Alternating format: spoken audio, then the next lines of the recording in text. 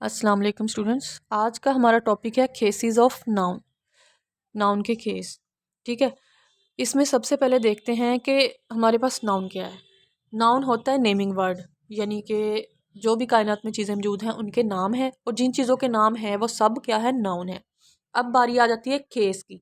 Cases है तो case का वर्ड जब इस्तेमाल होता है तो हमारे जहन में आता है कि ये है क्या। इसकी डेफिनेशन यहाँ पर इंग्लिश में लिखी है, आप पढ़ भी सकते हैं, लेकिन मैं उर्दू में थोड़ा समझा देती हूँ। केस क्या होता है, ये एक फॉर्म, एक किस्म ही होती है नाउन और प्रोनाउन दोनों की। इसका मकसद क्या होता है, एक रिलेशन यानी रिश्ता दिखाना होता है दूसरे अल्फाज का जुमले में, सेंटेंस में। तो मैं इंग्लिश यहाँ पर पढ़ के दिखाती हूँ आपको। Case is that form of a noun और pronoun which shows its relation to other words in the sentence. यानी कि ये क्या है, एक किस्म ही है नाउन और प्रोनाउन की। अब प्रोनाउन क्या है, प्रोनाउन होता है ऐसे अल्फाज होते हैं जो नाउन की जगह पर हम यूज़ करते हैं। जैसे कि नाउन क्या है, नाउन होता है कि नेमिंग वर्ड, जिन चीज़ों के नाम हैं वो नाउन है। तो उन उन नामों की जगह पर जो हम क्या करते हैं, मुतबादल अल्फाज इस्तेमाल करते हैं, उनको नाउन कहते हैं। ठीक है ना। यानी कि मैं कह दूँ कि अली अहमद, ये चीज़ें क्या है, हमारे पास नाउन है। ठीक है, यानी जिनके नाम है। उसके अलावा चेयर कह दूँ, टेबल कह दूँ, स्कूल कह दूँ, हाउस कह दूँ, ये क्या है, नेमिंग वर्ड हो गए, नाउन है। तो इनकी जगह पे जो मैं इनको रिप्लेस करने के लिए क्या करूँगी, वर्ड इस्तेमाल करूँगी, वो हमारे पास प्रोनाउन होंगे। तो ये ओवरव्यू था नाउन और प्रोनाउन का। प्रोनाउन में जैसे कि इनको रिप्लेसिंग वर्ड मैं यूज़ कर लूँ, I, we, they, you, he, she, it वगैरह। ठीक है, यानी कि अगर कोई जगह का है तो इसके लिए इट या दिस प्लेस, ठीक है, इसका कर लेंगे। अगर खालिद है, अली है, आयशा है, इसके लिए ही, शी का वर्ड यूज़ करेंगे क्योंकि इंसानों के नाम है। तो दूसरा देखें, आगे इसकी आपको समझ आ गई होगी कि केस होता क्या है। There are 4 cases of a noun in English. English में क्या है, 4 केस हैं, ठीक है, नाउन के। तो सबसे पहला देखते हैं हम। पहला तो हो गया सब्जेक्टिव केस, इसे नॉमिनेटिव केस भी कहते हैं। ठीक है, उसके बाद दूसरा क्या हो गया, एक्यूजेटिव केस, यानी कि ऑब्जेक्टिव केस के तौर पे, यानी कि शय के तौर पे, ऑब्जेक्ट चीज़। और इसके बाद नेक्स्ट वन देखें, third one possessive case, genitive case, यानी कि मलकीती डिग्री से पोजेसिव कहते हैं ना, हमारे पास क्या होता है, कोई चीज़ मलकियत होना। उसके बाद वोकेटिव, यानी कि वोकेटिव केस, यानी कि एड्रेस करना किसी चीज़ को, कॉल करना। अब देखें, इसको मैं एक्सप्लेन कर दूं सरसरी सा, ताकि आपको समझ आ जाए, वीडियो इतनी लंबी भी ना हो। सबसे पहले हमने देखना है पहला सब्जेक्टिव केस, यानी कि नॉमिनेटिव केस। अब देखें सब्जेक्ट क्या होता है। सबसे पहले मैं सब्जेक्ट को एक्सप्लेन करूंगी। एक सेंटेंस होता है, उसमें 2 हिस्से होते हैं सेंटेंस के, सब्जेक्टिव के, सब्जेक्ट और क्या है, प्रेडिकेट। सब्जेक्ट क्या होता है कि वो शख्स जो काम कर रहा होता है उसके अंदर ना, जैसे कि I, we, they, you, he, she, it. ये देखें ब्लू में मैंने बॉक्स बना के एग्जाम्पल में ये देखें लिखा है, क्या है, I, we, they, you, he, she, it वगैरह क्या है, सब्जेक्टिव, सब्जेक्ट हैं हमारे पास। तो इनकी अब डेफिनेशन जो इंग्लिश में मैं पढ़ दूँ एक दफ़ा, तो ये सब्जेक्ट होते हैं। अब subjective case as a noun हमने देखना है, तो वो देखते हैं, क्या कहते हैं, it is the case of noun और प्रोनाउन। चूंकि हमने केस की डेफिनेशन ऐसे ही स्टार्ट की थी, तो वैसे ही उन्होंने बता दिया, ये सब जगह ऐसे ही इस्तेमाल होगा, it is the case of noun और pronoun when it functions as a subject of a verb। ठीक है ना, it is also called subjective case और nominative case। अब उन्होंने क्या किया है, उन्होंने क्या दिया, नाउन और प्रोनाउन दोनों को क्या है, इनका काम होता है सब्जेक्ट ऑफ अ वर्ब। जब ये सब्जेक्ट ऑफ अ वर्ब काम करते हैं, सब्जेक्ट क्या है, I, we, they, you, he, she, it वगैरह। अब देखें एग्जाम्पल देखते हैं एज अ सब्जेक्ट कैसे काम करते हैं ये। अब एग्जाम्पल पहली देखें, Khalid is a good doctor. Khalid क्या है, एक अच्छा डॉक्टर है। इसमें देखें खालिद, खालिद कौन है, हमारे पास सब्जेक्ट है, क्योंकि I, we, they, you, he, she, it वगैरह क्या है, ये सब्जेक्ट होते हैं। Subjective case of a noun में क्या होगा, जो नाम होगा, I, we, they, you, he, she, it के अलावा जो वर्ड हमने कहा था प्रोनाउन के तौर पर हम इस्तेमाल करते हैं, लेकिन ये नाउन है। क्योंकि एज अ नाउन हम देख रहे हैं, तो नाउन क्या है, खालिद है, ये नेमिंग वर्ड है, किसी शख्स की चीज़ जगह का नाम है। तो खालिद देखें यहाँ पर क्या है, is a good doctor. Good doctor, वो एक अच्छा डॉक्टर है, कौन है, खालिद। तो एज अ सब्जेक्ट देखना, सब्जेक्ट क्या होता है, जुमले में काम करने वाला। तो काम कौन कर रहा है यहाँ पर, खालिद कर रहा है। खालिद किस चीज़ का काम कर रहा है, एज अ डॉक्टर।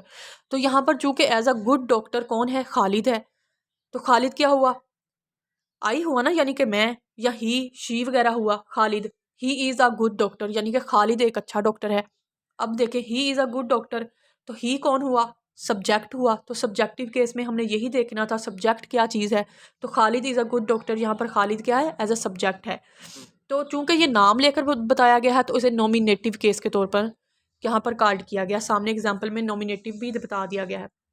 आगे क्या है, समरा, समरा ऑलवेज क्या है, अराइव्स इन टाइम। समरा जो है वक्त पर आती है। अब देखें सब्जेक्ट क्या होता है, I we they you he she it वगैरह सब्जेक्ट होते हैं।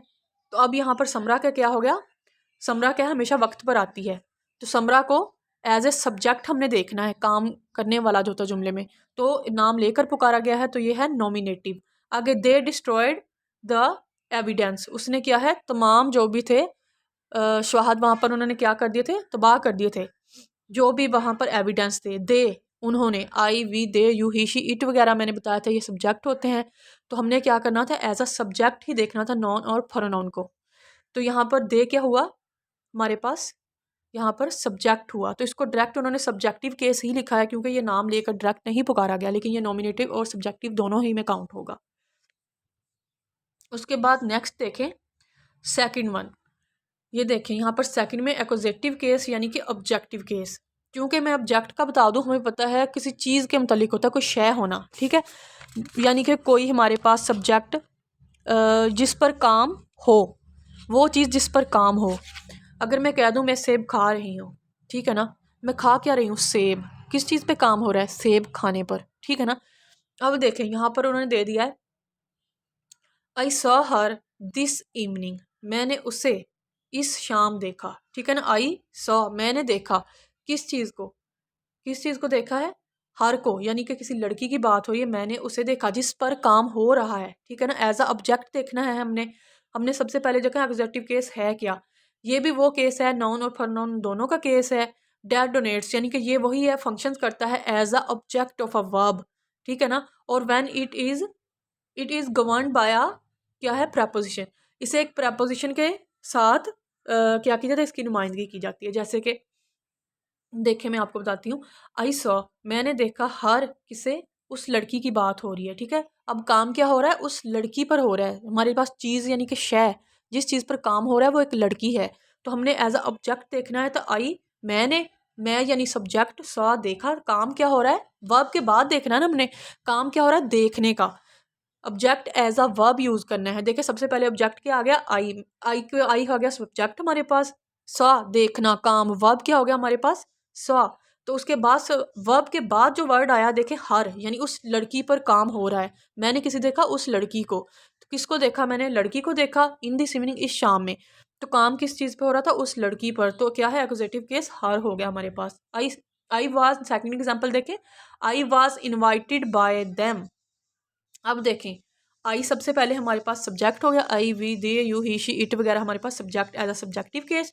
अनवाइटेड, इनवाइट यानी बुलाया जाना, किसी काम का क्या होता है, करना, कोई काम। हमारे पास वर्ब क्या होता है, सबसे पहले हमने ये देखना था, वर्ब क्या होता है, काम, कोई काम। अब देखें हमारे पास काम क्या है, आई वाज इनवाइटेड, मैं बुलाया गया, ठीक है। अब बुलाने का काम किया गया है, अब किसने बुलाया होगा, बाय देम, उनकी तरफ से। तो आई क्या है, एज अ सब्जेक्ट, ठीक है। Was the form of verb हो गया, इनवाइटेड बुलाया गया, यानी कि काम जिस चीज़ पे हो गया, हमारे ऊपर काम हो रहा है, ठीक है ना, जिस चीज़ पर काम हुआ, काम है जो हमारे पास, वो क्या हो गया, वर्ब हो गया। बाय देम, देम हमारे पे आ गया जिस चीज़ पर काम हो, ऑब्जेक्ट हो गया हमारे पास। तो अब ये क्या हो गया, देम हो गया हमारे पास एक्यूजेटिव केस। तो चूंकि अब देखें इस बॉक्स में मी, अस, यू, हिम, हर, इट और देम, ये वाले क्या हैं हमारे पास, ऑब्जेक्टिव केस हैं। अगर आप ये सिर्फ बॉक्स जो ब्लू में दिया है मैंने, अगर यही याद कर लें आप, तो आपको आगे समझने की बहुत ज़्यादा डिफ़िकल्टी की ज़रूरत नहीं होगी, आएगी आपको, क्योंकि आपने यही याद कर लिया इसकी जगह पे, तो आपको आसानी से आप फाइंड आउट कर सकेंगे एज ऑब्जेक्ट। तो ऑब्जेक्ट क्या होता है, चीज़ या काम जिस पर हो, जिस पर काम हो रहा होता है सेंटेंस में। आई कैन हेल्प खालिद, अब क्या कह दिया, अब उन्होंने कह दिया कि मैं जो हूँ खालिद की हेल्प कर सकती हूँ, या ही कैन हेल्प खालिद। अब यहाँ पर देखें ही कैन, ही हो गया हमारे पास सब्जेक्ट, डायरेक्ट फाइंड कर लिया। हेल्प क्या होता है, जो हम सेंटेंस में काम हो रहा है, सब काम क्या हो रहा है, हेल्प का, यानी कि वर्ब हो गया। और खालिद जिस चीज़ पर काम हो रहा है, खालिद क्या है, एक्यूजेटिव केस। अब देखें सेंटेंस में, there is a book on the table, मेज़ पर एक किताब है। देयर यहाँ पर क्या हो गया हमारे पास, एज अ सब्जेक्ट हो गया।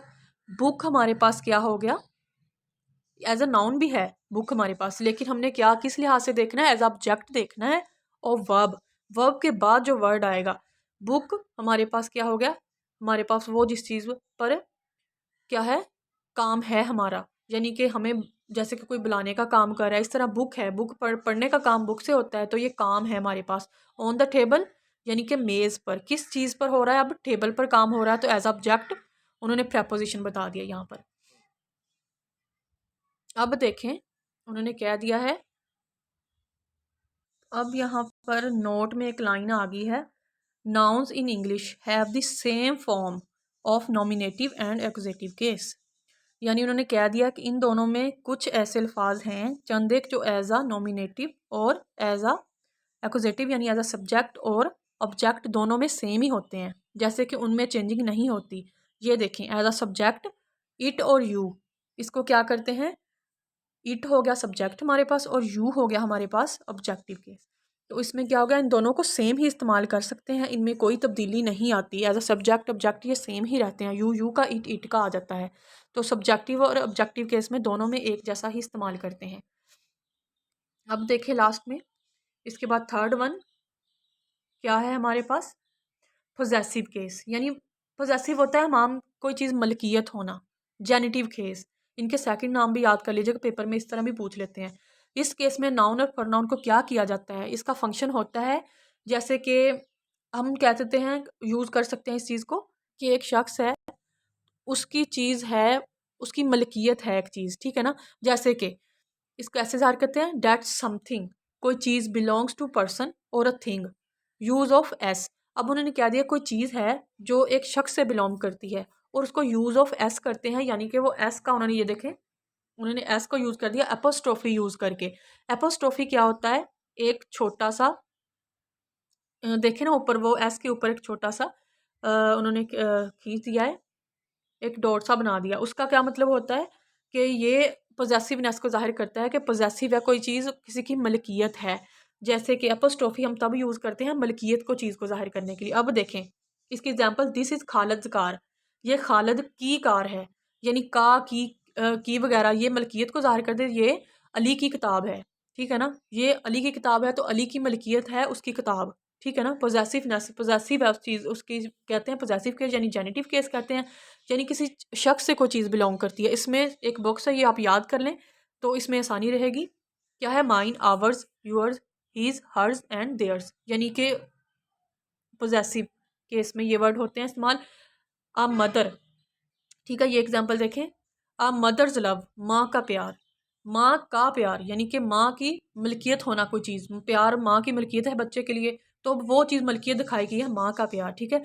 She trod on the cat's tail, आगे देखें, एट दैट स्टोर, मौत के दरवाजे पर होना। यहाँ पर क्या, जिनके ऊपर अपोस्ट्रोफी लगाकर एस लगाया गया है, ये एस क्या है, पोजेसिव केस है हमारे पास, को जाहिर करता है, जेनिटिव केस को जाहिर करता है, यानी मलकियत को जाहिर करता है। यहाँ पर खालिज, मदर्स, कैट्स और डेथ्स, ये क्या है, पोजेसिव केस है, यानी जेनिटिव केस है हमारे पास।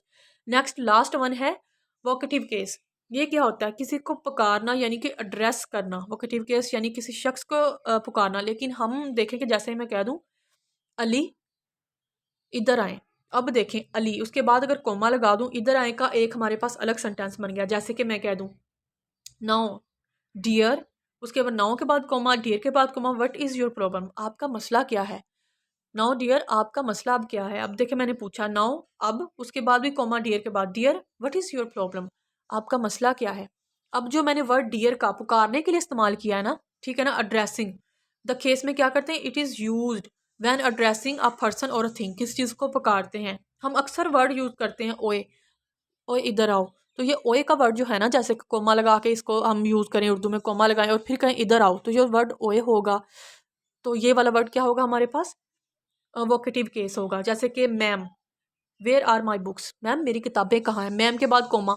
अब ये इस तरह इसका पता शनाख्त कैसे होगी, कोमा लगा होगा इसका।